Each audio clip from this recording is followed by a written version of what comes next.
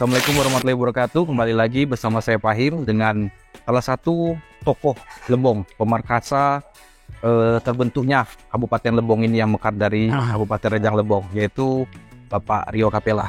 Apa kabarnya Pak Rio Capella? Baik, Fahim. Baik.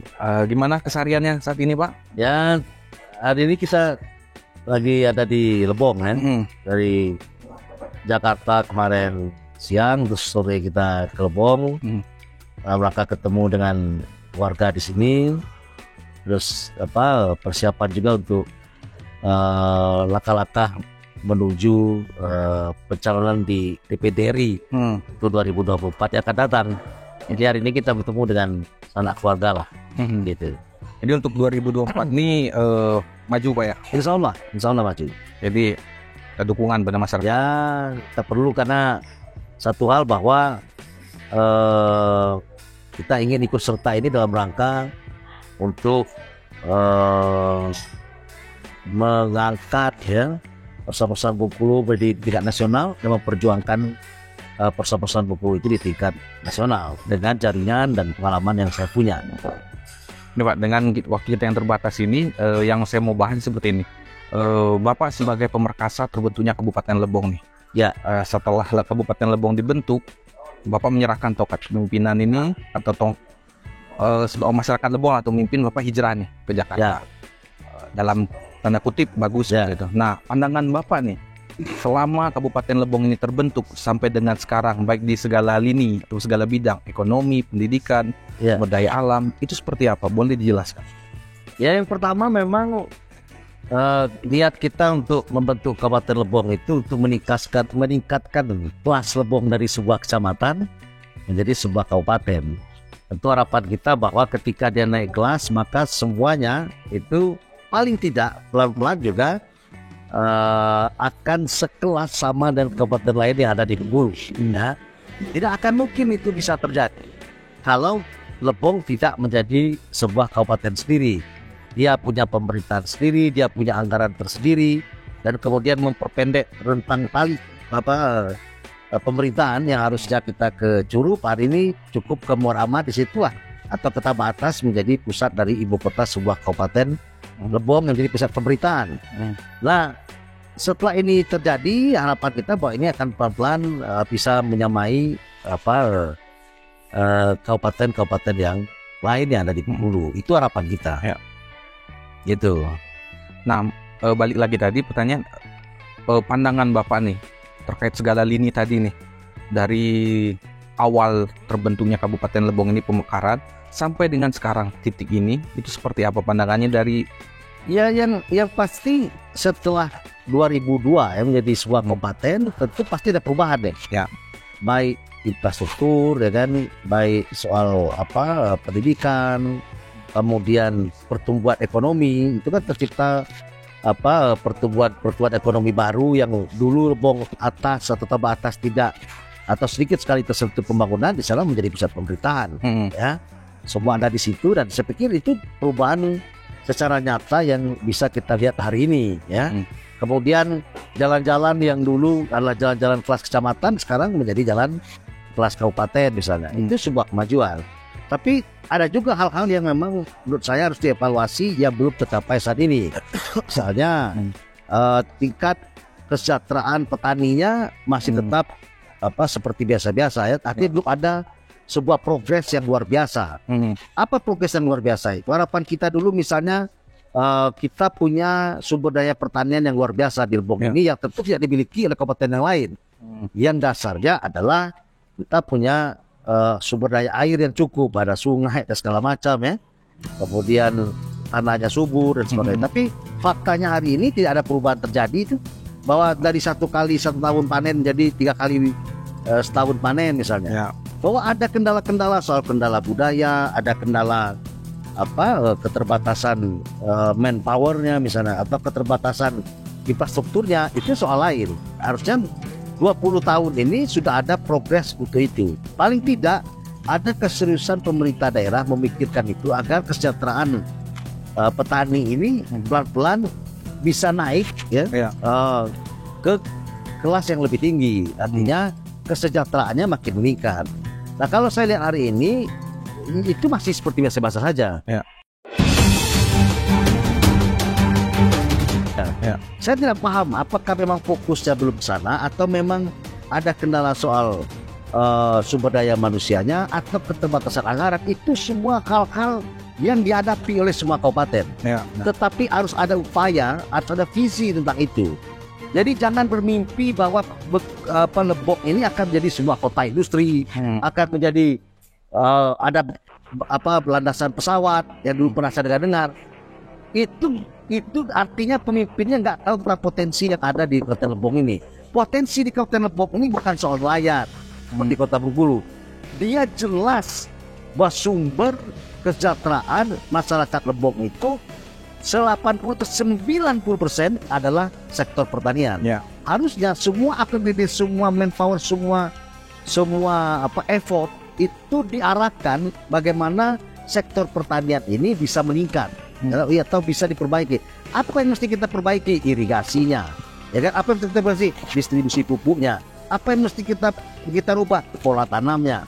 Dan itu perlu bimbingan dari pemerintah. Ya. Tidak bisa itu diserahkan ke masyarakat sendiri, itu berjuang sendiri-sendiri. Itulah tugas pemerintah untuk mengatur ini, gitu loh. Ya. Kalau dulu misalnya dikeluhkan di kampung saya ini, tikus, ya berantas tikusnya, kan gitu nih. Ya. Itu kan ada kasih pupuknya. Jadi jangan kemudian kita kalah sama tikus. Ada banyak teknologi yang bisa mengatasi itu. Ya. Daerah kering saja bisa dibikin subur. Lakukan melawan tikus nggak bisa. Apalagi melawan Belanda kalau gitu. Tikus saja nggak bisa. Nah, jadi itu yang harusnya menjadi fokus. Saya minta bahwa dengan adanya Pemda Kabupaten baru ini, bukan hanya mobil dinasnya tambah banyak.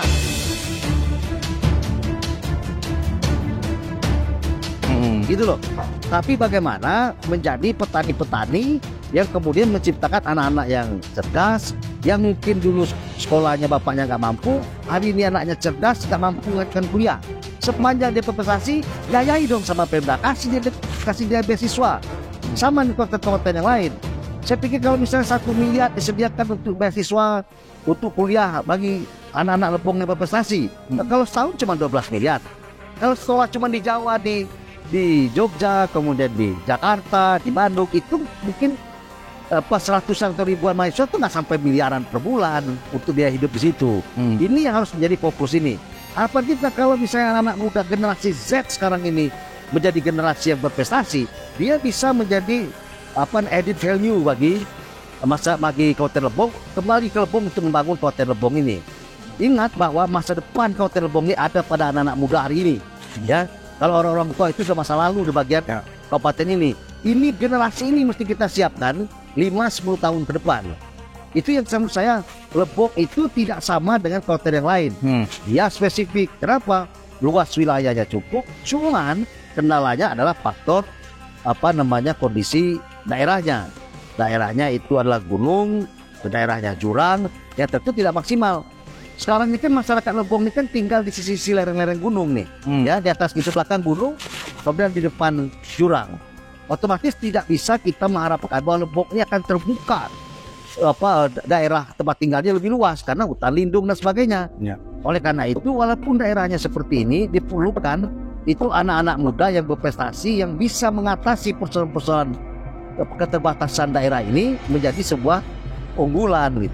Itu yang kita harapkan dari seorang anak-anak muda Lebong yang kemudian bisa cerdas dan memimpin Kabupaten Lebong ini menjadi lebih baik. Ya, bukan generasi saya ini. Generasi saya adalah generasi yang mendorong, memprakarsai agar Kabupaten Lebong ini menjadi terbentuk sebuah kabupaten. Manfaatkan itu gitu loh. Jadi jangan lagi bekerja kepada hal-hal yang tidak prinsip, mengerjakan hal-hal yang tidak menyangkut langsung tentang kesejahteraan masyarakat. Kalau daerah yang terbatas, kita nggak punya batu bara yang cukup besar, ya. Kita tidak punya nikel yang besar misalnya. Kita bukan daerah tambang yang besar seperti Menteng dan sebagainya. Maka yang kita harapkan adalah anak-anak muda Lebong yang cerdas yang bisa menjawab tantangan alam seperti ini. Anak muda Lebong ini anak-anak yang cerdas. Tahun 50-an itu mungkin ada sekitar 1.000 orang yang kuliah atau sekolah di Jogja. Dan ingat juga orang Lebong ini juga pernah memimpin sebuah partai besar. Dia pernah jadi ketua umum, pernah jadi itu hidup sendiri juga di Jakarta. Artinya jangan ragukan kapasitas atau sumber daya manusia Lebong ini. Kita harapkan bahwa akan datang itu ada rio-rio baru yang bisa muncul dan bicara di tingkat nasional dari Kabupaten Lebong ini. Kita tidak tahu nih, antara anak-anak sekolah sekarang ini siapa tahu akan datang bisa menjadi pemimpin nasional. Kita siapkan dari sekarang. Tugas pemerintah adalah memberi dorongan itu, memberi supporting soal itu.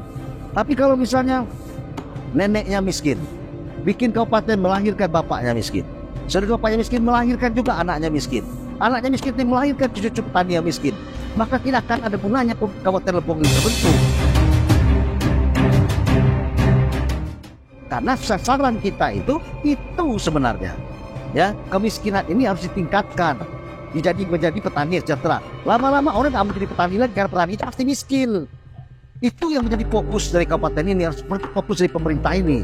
Bukan pemerintah ini menari-nari di atas penderitaan rakyat. Itu yang paling penting. Jadi jangan ini pikirkan yang lain, pikirkan kesejahteraan petani ini.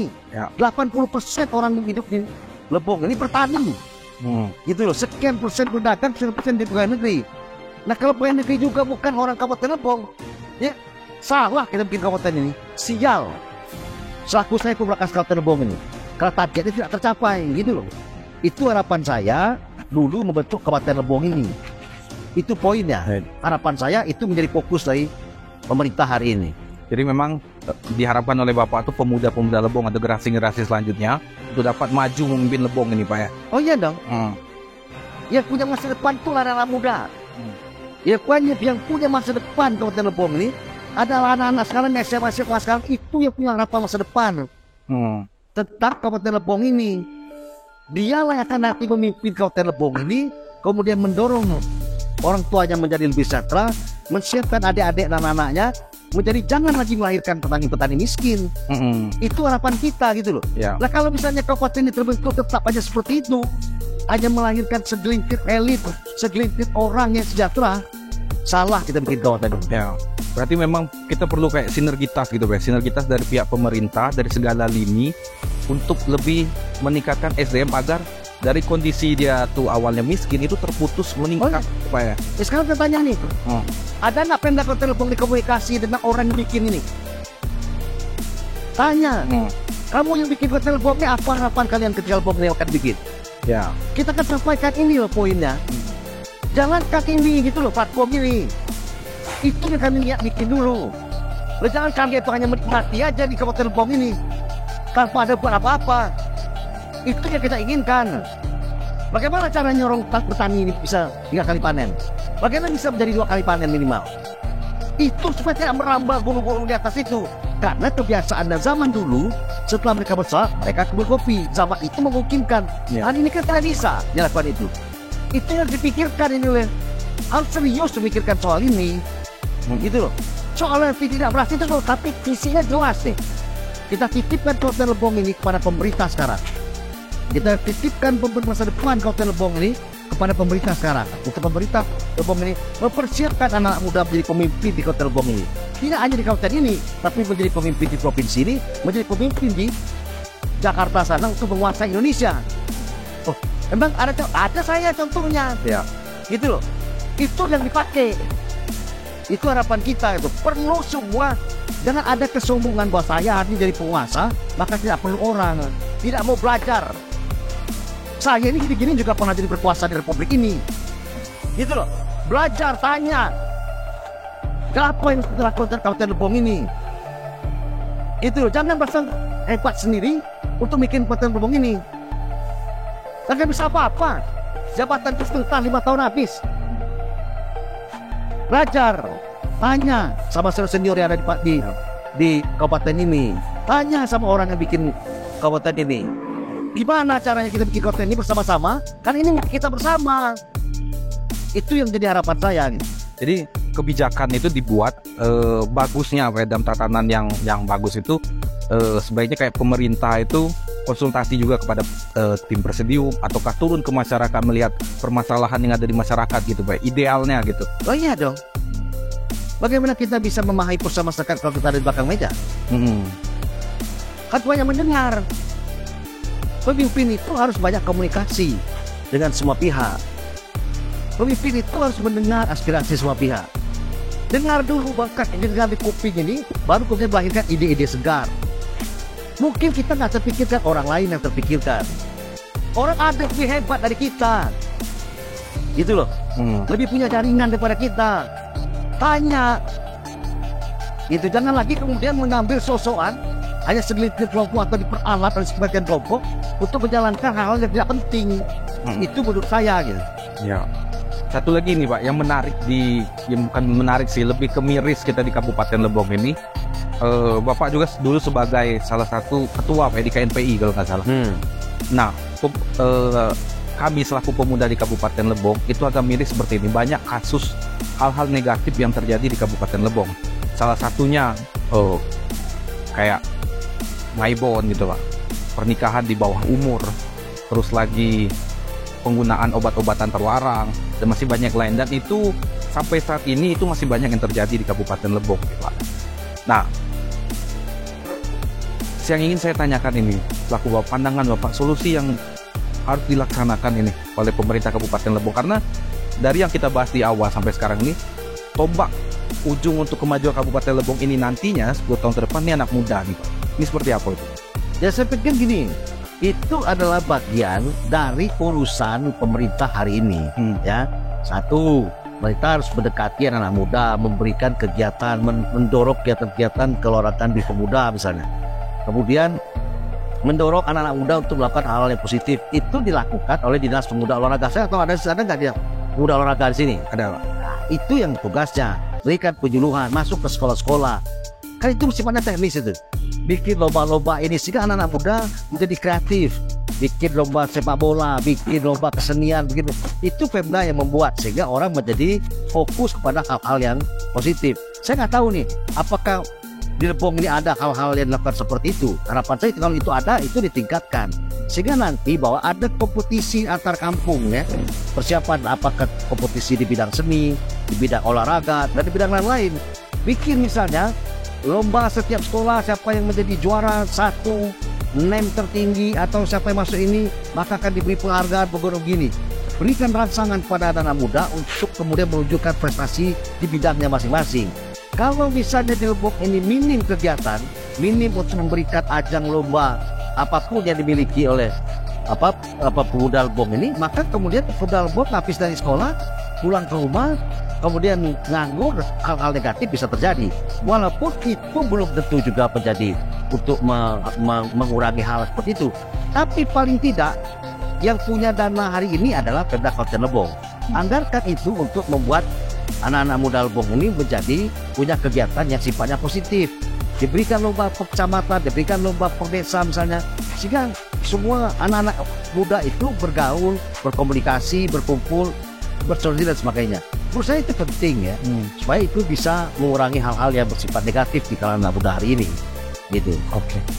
Pokoknya untuk mungkin kita juga terbaru dengan waktu nih Pak. Ya. Pokoknya saya selaku dari tim Liputan Lebong TV sangat berapresiasi dan berterima kasih dengan Bapak nih. Sudah banyak memberikan informasi bahkan saran juga selaku tokoh atau pemekaran di Kabupaten Lebong. Nah terakhir ini Pak, harapannya untuk Kabupaten Lebong, terkhususnya pemuda nih, agar bisa survive nih, fight dengan kemajuan zaman ini seperti apa? Ingat bahwa perkembangan zaman ini dari tahun ke tahun akan mengalami tantangan yang sulit ya. Makin berat sebenarnya anak muda akan datang daripada anak muda yang kemarin. Sekarang ini orang sudah bersaing bukan hanya di tingkat kabupaten, malah di tingkat dunia pun melalui persaingan ya. Dunia ini semakin lama semakin sempit, tidak lagi mengenal batas kabupaten, tidak mengenal batas provinsi, tidak lagi mengenal batas negara. Semua itu masuk dalam kampung elektronik. Oleh karena itu persiapkan dirimu anak-anak muda sekalian untuk mempersiapkan diri bersaing dengan anak-anak muda, tidak hanya di Kabupaten Lebong, di tingkat provinsi, tingkat nasional, tapi di tingkat dunia. Kita akan bahwa anak-anak muda Lebong ini punya pikiran-pikiran yang maju untuk memimpin bangsa ini, akan melahirkan putra-putra Lebong yang kemudian cakap untuk berbuat memajukan Kabupaten Lebong ini. Persiapkan dirimu baik-baik, belajar diri baik-baik, bergaul dengan baik-baik, belajar kepada para senior kamu, komunikasi, belajar juga attitude-nya dirubah. Kita harus berkomunikasi pada, kalau Anda mau jadi orang hebat, Anda harus bergaul pada orang hebat. Kalau Anda mau jadi penyanyi hebat, Anda bergaul dengan penyanyi hebat. Kalau Anda mau jadi seniman yang hebat, Anda bergaul dengan seniman hebat. Artinya apa? Bahwa sekali lagi tidak hanya ilmu sekolah yang bisa membuat orang akan sukses di dalam masa depannya, tetapi tentang pergaulan, memahami kesuksesan orang, belajar pada suksesnya orang-orang Lebong terdahulu atau orang-orang lain yang terdahulu untuk mempersiapkan dirimu bersaing dengan lebih ketat pada waktu-waktu yang akan datang. Saya ucapkan selamat berjuang. Terima kasih atas waktunya Pak Dang Rio nih kita sebutnya. Semoga di lain kesempatan kita dapat berbincang-bincang lagi dengan materi-materi atau pembahasan yang lebih dalam lagi Pak ya. Terima kasih atas waktunya. Ran Lebong TV itulah wawancara eksklusif dengan tokoh pemekaran atau pemekarsa kabupaten di Kabupaten Lebong, yaitu Dang Rio Capella. Sekian wawancara eksklusif kali ini. Saya Fahim undur diri. Assalamualaikum warahmatullahi wabarakatuh. Waalaikumsalam. Lebong TV, TV kita bersama Lebong cerdas.